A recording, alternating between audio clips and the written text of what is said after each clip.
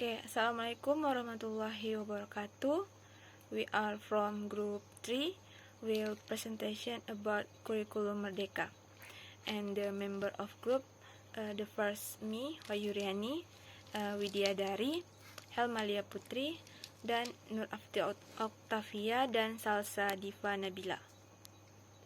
Alright, the first material will be explained by Widya Dari. Assalamualaikum warahmatullahi wabarakatuh. Saya Widya Dari akan menjelaskan latar belakang Kurikulum Merdeka. Kurikulum Merdeka Belajar dilatar belakangi oleh adanya hasil program for International Student Assessment atau PISA yang menunjukkan bahwa 70% siswa berusia 15 tahun berada di bawah kompetensi minimum dalam memahami bacaan sederhana atau menerapkan konsep matematika dasar. Skor PISA ini tidak mengalami peningkatan yang signifikan dalam 10-15 tahun terakhir.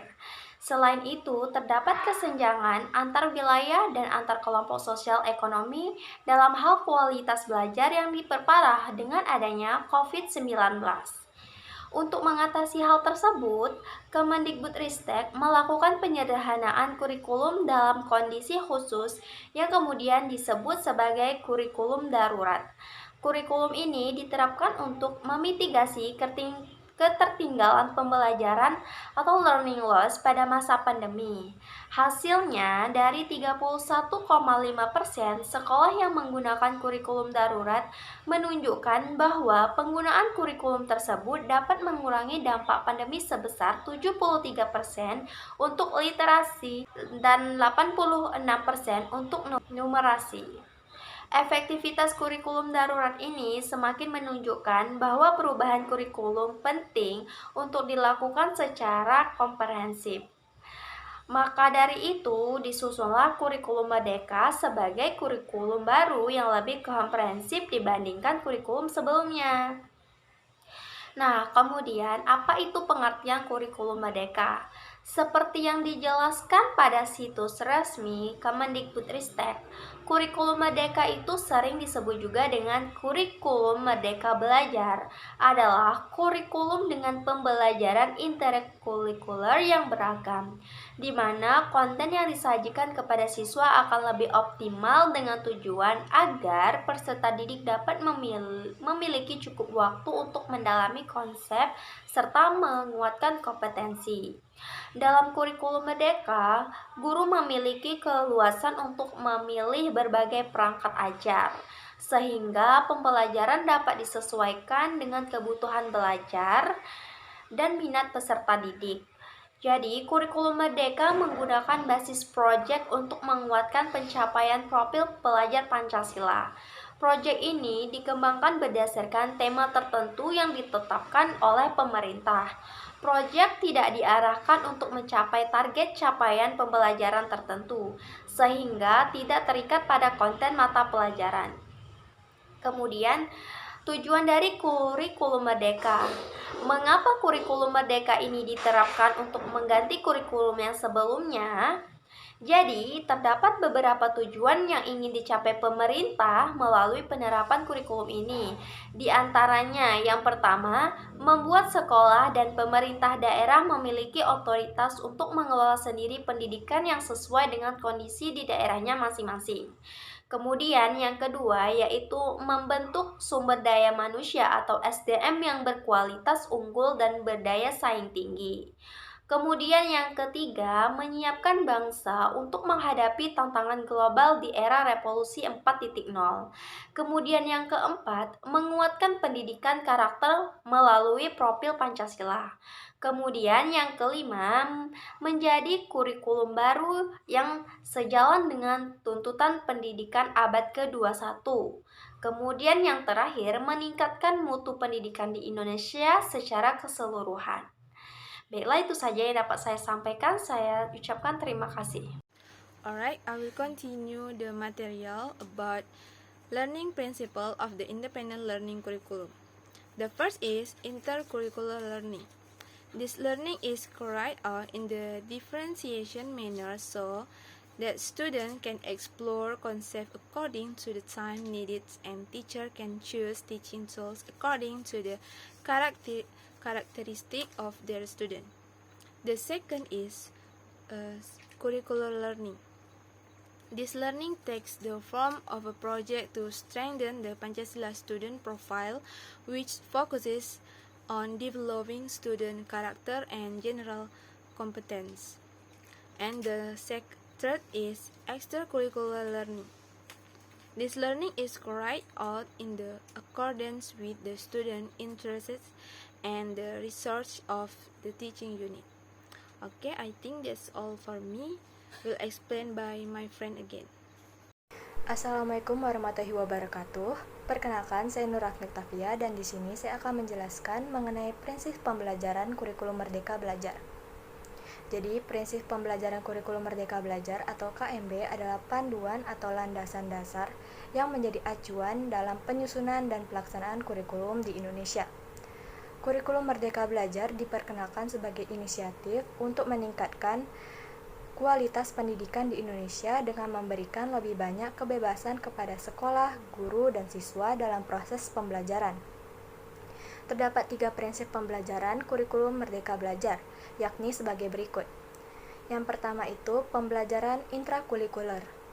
Pembelajaran ini dilakukan secara terdiferensiasi sehingga siswa dapat mendalami konsep sesuai waktu yang dibutuhkan dan guru dapat memilih perangkat ajar sesuai karakteristik siswanya. Yang kedua itu pembelajaran kokurikuler. Pembelajaran ini berupa proyek penguatan profil pelajar Pancasila yang berfokus pada pengembangan karakter dan kompetensi umum siswa. Dan yang ketiga, pembelajaran ekstrakurikuler. Pembelajaran ini dilaksanakan sesuai dengan minat yang dimiliki siswa serta sumber daya yang dimiliki satuan pendidik. Baiklah, sekian dari saya kembalikan kepada teman saya.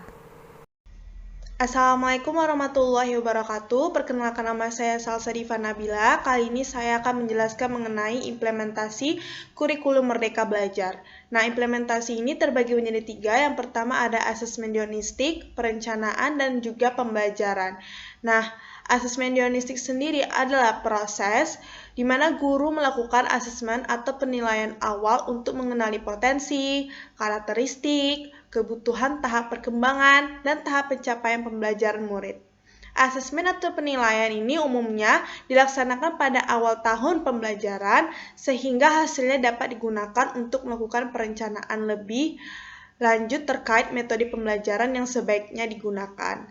Nah, yang kedua tadi ada perencanaan. Nah, perencanaan itu proses apa sih? Proses di mana guru menyusun pembelajaran sesuai dengan hasil asesmen dionistik serta melakukan pengelompokan murid berdasarkan tingkat kemampuannya. Nah, yang terakhir ini ada pembelajaran. Selama proses pembelajaran, guru akan mengadakan asesmen formatif secara berkala. Hal itu dilakukan untuk mengetahui progres pembelajaran murid dan melakukan penyesuaian metode pembelajaran. Jika diperlukan, pada akhir proses pembelajaran, guru juga bisa melakukan asesmen sumatif sebagai proses evaluasi ketercapaian tujuan pembelajaran. Baiklah, terima kasih moderator.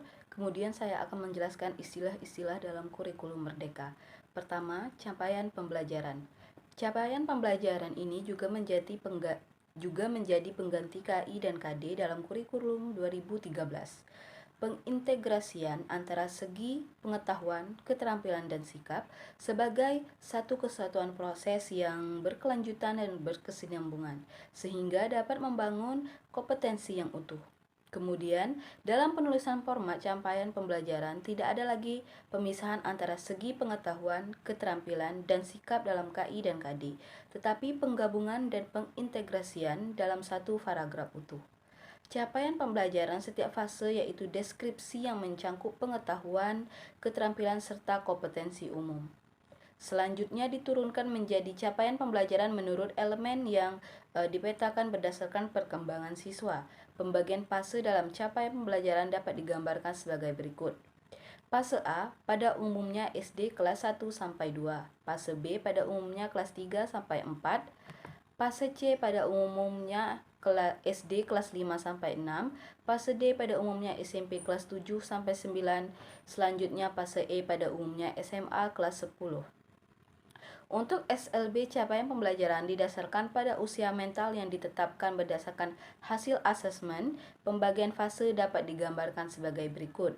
Fase A pada umumnya usia mental kurang lebih 7 tahun. Fase B pada umumnya usia mental kurang lebih 8 tahun. Fase C pada umumnya usia mental kurang lebih 8 tahun. Fase D pada umumnya usia mental yaitu kurang lebih 9 tahun. Fase E pada umumnya usia mental yaitu kurang lebih dari 10 tahun. Dan fase F pada umumnya usia mental kurang lebih dari 10 tahun. Yang kedua, alur tujuan pembelajaran dalam kurikulum merdeka atau ATP. Setelah menganalisis capaian pembelajaran, selanjutnya guru harus membuat alur tujuan pembelajaran atau ATP. Alur tujuan pembelajaran adalah rangkaian tujuan pembelajaran yang tersusun secara sistematis dan logis, menurut urutan pembelajaran sejak awal sehingga akhir suatu fase. Alur tujuan pembelajaran atau ATP memiliki fungsi yang sama dengan silabus pada kurikulum 2013, yaitu sebagai acuan perencanaan pembelajaran. Selain itu, ATP sebagai panduan guru dan siswa untuk mencapai capaian pembelajaran di akhir fase tersebut. Terdapat beberapa aspek-aspek dalam operasional komponen alur tujuan pembelajaran. Secara operasional, komponen tujuan pembelajaran dapat memuat 3 aspek antara lain kompetensi, konten, dan variasi. Ketiga, modul ajar atau RPP Plus dalam kurikulum merdeka. Modul ajar ini sebagai pengganti RPP di kurikulum 2013. Modul ajar ini selayaknya seperti rencana pelaksanaan pembelajaran atau RPP, tetapi dilengkapi dengan berbagai materi pembelajaran, lembar aktivitas siswa, dan asesmen untuk mengecek apakah tujuan pembelajaran dicapai siswa tersebut. Intinya, modul ajar tersebut memiliki komponen yang lebih lengkap dibanding RPP. Keempat, profil pelajar Pancasila dalam kurikulum merdeka. Jika di kurikulum 2013, kita mengenal penguatan pendidikan karakter atau biasa disingkat PPK, namun dalam kurikulum merdeka, kita akan mengenal istilah profil pelajar Pancasila. Profil pelajar Pancasila adalah profil lulusan yang bertujuan menunjukkan karakter dan kompetensi yang diharapkan diraih dan menguatkan nilai luhur Pancasila serta peserta didik dan para pemangku kepentingan. Profil pelajar Pancasila terdiri dari 6 dimensi, diantaranya pertama beriman, bertakwa kepada Tuhan Yang Maha Esa dan berakhlak mulia, kedua berkebinekaan global, ketiga mandiri, keempat bergotong royong, kelima bernalar kritis, dan keenam kreatif. Kelima, teaching at the right level atau TARL. Teaching at the right level adalah sebuah pendekatan belajar yang mengacu pada tingkatan capaian atau kemampuan peserta didik. Teaching at the right level merupakan pendekatan belajar yang tidak mengacu pada tingkat kelas, melainkan mengacu pada tingkat kemampuan siswa. Inilah menjadi teaching at the right level, berbeda dari pendekatan biasanya. Teaching at the right level dapat menjadi jawaban dari persoalan kesenjangan pemahaman yang selama ini terjadi dalam kelas. Nah, selanjutnya, kriteria ketercapaian tujuan pembelajaran atau KKTP. Dalam kurikulum merdeka, kriteria ketuntasan minimal atau KKM dapat dipastikan tidak ada lagi. Namun, konsepnya diganti dengan kriteria ketercapaian tujuan pembelajaran atau KKTP. Istilah KKTP ini ada di Permendikbud Ristek nomor 21 tahun 2002 tentang standar penilaian. Ketujuh, kurikulum operasional di Satuan Pendidikan atau KOSP. Kurikulum operasional di Satuan Pendidikan atau yang disebut KOSP ini adalah nama lain dari kurikulum tingkat Satuan Pendidikan atau KTSP.